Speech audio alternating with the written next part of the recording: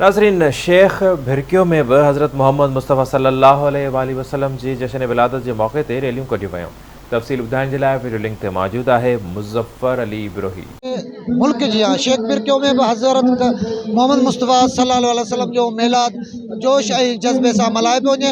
उन हवाले से शेख भिरकियो के मुख़्तलिफ़ ॻोठनि बशीर अहमद बिरोही, हाजी हाशिम पावर समेत ॿियनि ॻोठनि मां धारदार रैलियूं कढियूं वयूं, जेके रैलियूं शेख भिरकियो में अची पहुतियूं आहिनि, जिते उते हज़ारे आशिकान रसूल सल्लल्लाहु अलैहि वसल्लम जी आमद जो सिलसिलो पिणु अञा ताईं जारी आहे। पाण करीमन जे अचण जो अॼु ॾींहुं आया, जग जहान अल्लाह साईं रोशन कयो।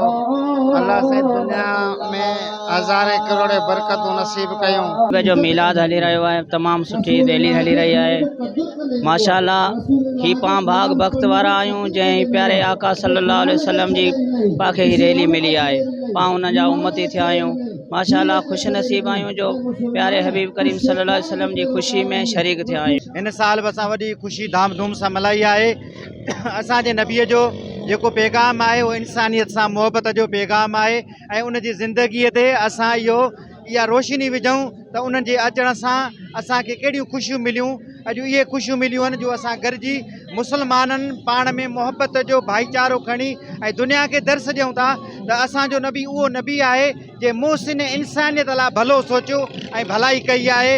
ऐं अलाह कंदो असां पंहिंजे नबीअ जे तरीक़े ते उन जी पैरवी में हलंदासीं त असांखे ॿिन्हिनि जाननि जी भलाई थींदी। सल्लल्लाहु वसल्लम जी आमद आहे, उन जे ॾिमण जो ॾींहुं आहे।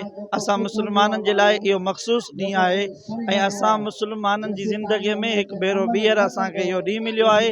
असांजी इहा ख़ुशनसीबी आहे। उन ख़ुशीअ खे मल्हाइण जे लाइ असां ही रोडनि ते निकिता आहियूं ऐं अल्हम्दुलिल्लाह सुम्मा अल्हम्दुलिल्लाह अल्लाह साईं हयाती ॾिनी त इंशा अल्लाह ताला असां त छा असांजा नसुल, असांजा बच्चा, असांजा ओड़ा, असांजा पाड़ा, असांजो अहलो अयाल सभु ही ॾींहुं मल्हाईंदा रहंदा।